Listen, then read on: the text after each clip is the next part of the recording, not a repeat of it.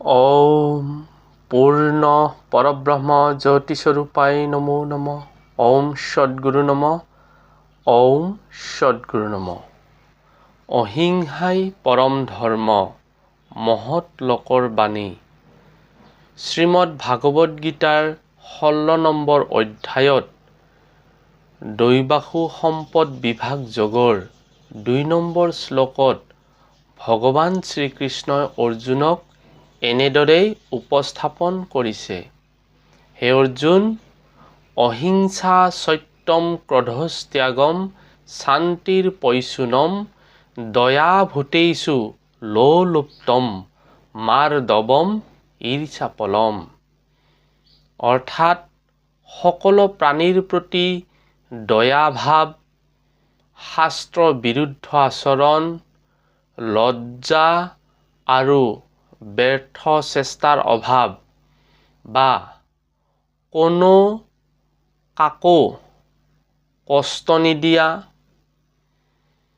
কটু বাক্য নোকোৱা,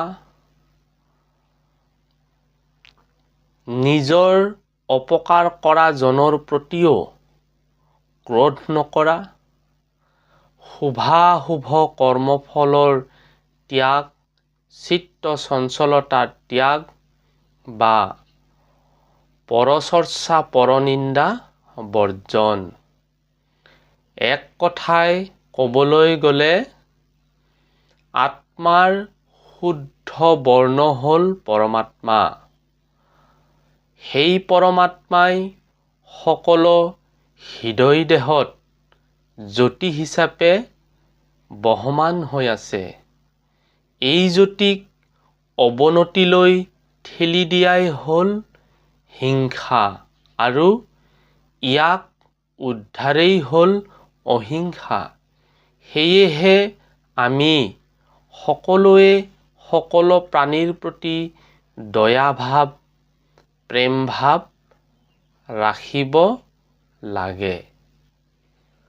ওম শান্তি, ওম শান্তি, ওম শান্তি।